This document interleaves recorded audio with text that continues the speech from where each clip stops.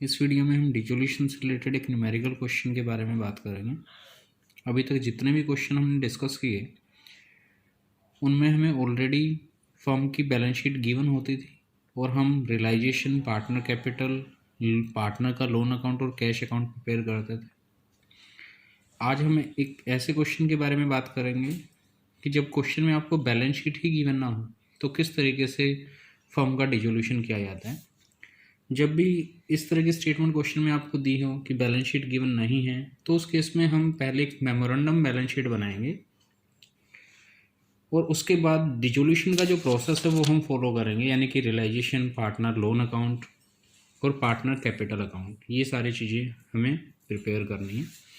तो क्वेश्चन की शुरुआत करते हैं।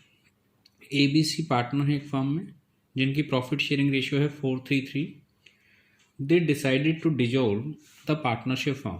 वो फर्म को बंद करने का डिसीजन लेते हैं at the time of dissolution. Dissolution की डेट को क्रेडिटर जो है वो है 16,800 के, and in the course of dissolution a contingent liability of 3,500 not brought into the accounts. एक लाइबिलिटी है कॉन्टीजेंट लाइबिलिटी 3,500 की जो कि अकाउंट्स में अभी तक शो नहीं की गई है, वो मैच्योर हो जाती है and had to be met. यहाँ पर कॉन्टीजेंट लाइबिलिटी का मीनिंग मैं क्लियर करना चाहूँगा। कॉन्टीजेंट लाइबिलिटी एक ऐसी लाइबिलिटी होती है जो एट प्रेजेंट हमारी लाइबिलिटी नहीं है, लेकिन फ्यूचर का कोई ऐसा इवेंट हैपन होता है जिससे कि वो हमारी लाइबिलिटी बन जाए। तो इस लाइबिलिटी को हम नॉर्मली बैलेंस शीट के अंदर नहीं दिखाते हैं जब तक कि वो कंफर्म ना हो जाए कि वो हमारी लाइबिलिटी है।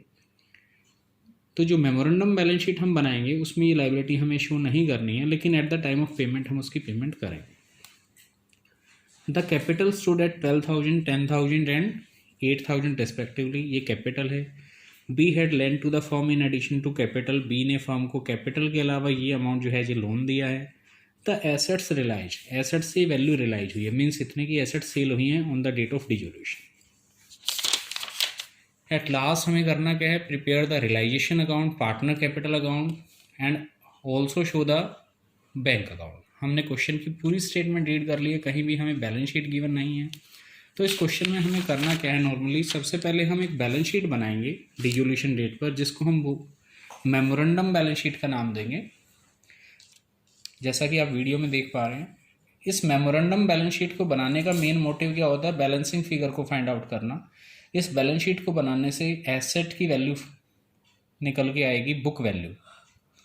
उसके बाद जब ये बैलेंस शीट हम तैयार कर लेंगे उसके बाद हम रियलाइजेशन अकाउंट बनाएंगे जो भी हमारा डिसोल्यूशन का प्रोसेस होता था। देन पार्टनर का लोन अकाउंट, अगर किसी पार्टनर ने लोन दिया है, फिर पार्टनर कैपिटल अकाउंट और लास्ट कैश या बैंक अकाउंट। तो ये मेमोरेंडम बैलेंस शीट कैसे बनेगी पहले ये सीखते हैं। क्वेश्चन की स्टेटमेंट एक बार दोबारा रीड करते हैं। ABC पार्टनर थे, प्रॉफिट शेयरिंग रेशियो थी 4:3। They decided to dissolve the firm. उन्होंने फर्म को डिजोल्व करने का डिसीजन लिया और डिजोल्यूशन की डेट को क्रेडिटर्स की वैल्यू थी 16,800। तो इस 16,800 जो वैल्यू है क्रेडिटर की, इसको हम मेमोरेंडम बैलेंस शीट के क्रेडिट लाइबिलिटी साइड दिखा देंगे 16,800। इसके बाद क्वेश्चन में जो स्टेटमेंट थी कि एक लाइबिलिटी थी 3,500 की कॉन्टीजेंट लाइबिलिटी, वो अब मैच्योर हो गई डिसोल्यूशन की डेट पर, अब उसकी पेमेंट करनी। मेमोरेंडम बैलेंस शीट में हम पेमेंट नहीं दिखाते, मेमोरेंडम बैलेंस शीट में हम वो लाइबिलिटी दिखाते हैं जो एट प्रेजेंट हमारी लाइबिलिटी है। तो ये जो कॉन्टीजेंट लाइबिलिटी थी ये मेमोरेंडम बैलेंस शीट में शो नहीं की जाएगी, लेकिन जब रियलाइजेशन बनाएंगे तब इसकी हमें पेमेंट करनी होगी। इसे हम अनरिकॉर्डेड लाइबिलिटी बोल सकते हैं जो कि बुक्स में पहले रिकॉर्ड नहीं थी। तो इसको हम मेमोरेंडम बैलेंस शीट में शो कहीं भी नहीं करेंगे, जैसा कि मैंने इसको कहीं भी नहीं दिखाया है। इसके बाद जो क्वेश्चन में गिवन है कि उनकी कैपिटल जो है A, B और C की 12,000, 10,000 और 8,000 हैं, तो इसको हम बैलेंस शीट की लाइबिलिटी में दिखा देंगे। Total capital 30,000।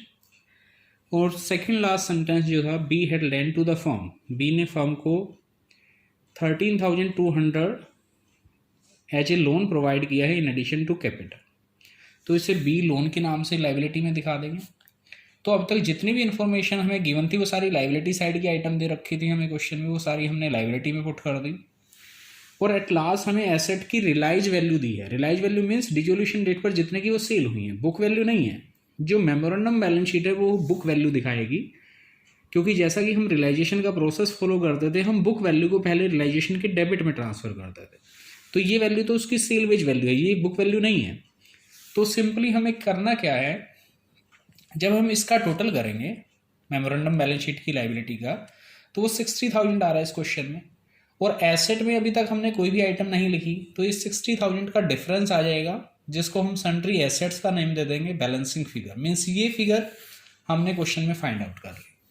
सन्ड्री एसेट्स का मतलब है इसमें सभी एसेट हैं, इसमें लैंड भी हो सकती है, इसमें बिल्डिंग भी हो सकती है, स्टॉक, डेटर, यानी कि कुछ भी हो सकता है। इंडिविजुअली हमने नहीं बताया कि इसमें कितना कैश है, कितना बैंक बैलेंस है, या कितनी वैल्यू की बिल्डिंग है। ये टोटल हमारी एसेट 60 की है। अब क्वेश्चन में कैश का बैलेंस है या किसका, वो क्लियर नहीं है, तो हम ये मान के चलेंगे कि कैश बैलेंस है ही नहीं या बैंक बैलेंस है ही नहीं। तो अब इस बैलेंस शीट की हेल्प से अब हम डिसोल्यूशन के जो नेसेसरी अकाउंट्स है वो प्रिपेयर करेंगे। रियलाइजेशन, पार्टनर का loan account, partner capital account and cash और बैंक अकाउंट, जैसा कि हम क्वेश्चन करते आए। तो अब ये मेमोरेंडम बैलेंस शीट बन के तैयार हो चुकी है। इसको कैसे हमें अब प्रोसेस आगे फॉलो करना है, जो सन्ड्री एसेट है 60,000 की, उसको हम रियलाइजेशन के डेबिट में ट्रांसफर कर देंगे। एसेट में और कोई आइटम नहीं है।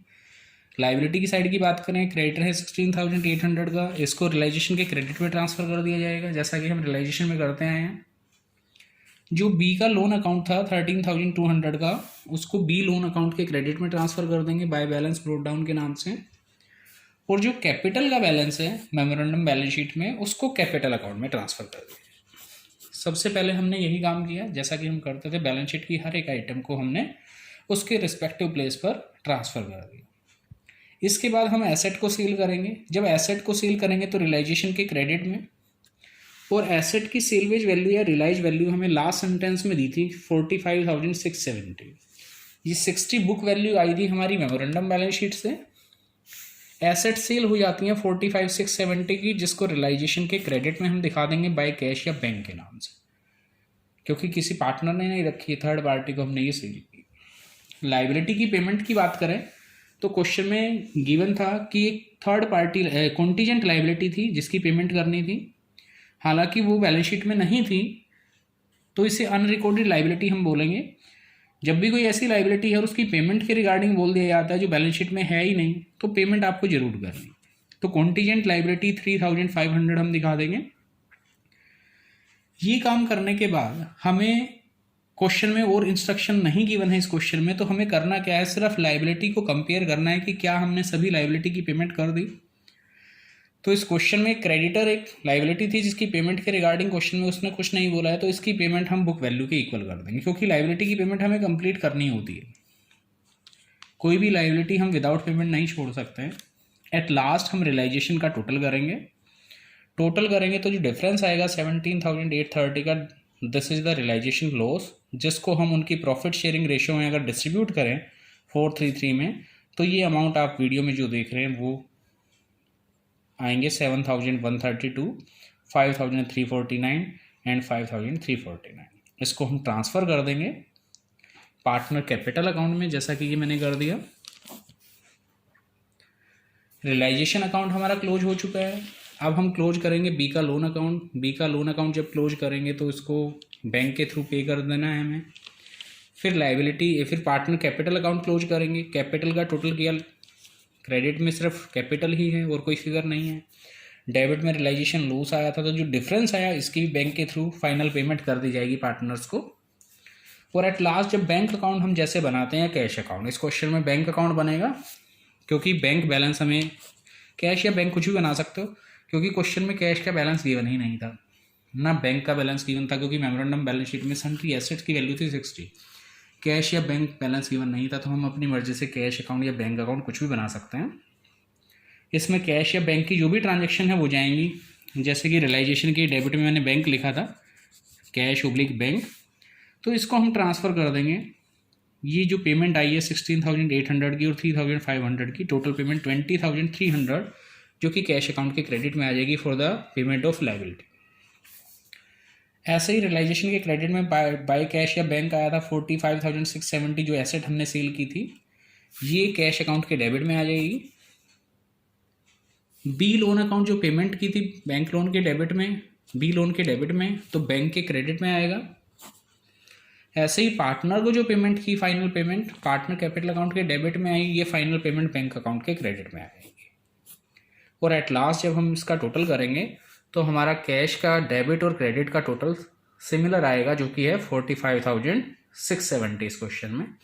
तो इस तरीके से हम एक क्वेश्चन सोल्व कर सकते हैं। अगर किसी क्वेश्चन में बैलेंस शीट गिवन नहीं है, पहले हमें मेमोरेंडम बैलेंस शीट बनानी है और उसके बाद उसी सीक्वेंस में जो स्टेप हम फॉलो करते थे एक नॉर्मल क्वेश्चन में, उसी तरीके से हमें 1 बाय 1 सभी अकाउंट्स प्रिपेयर कर लेते हैं।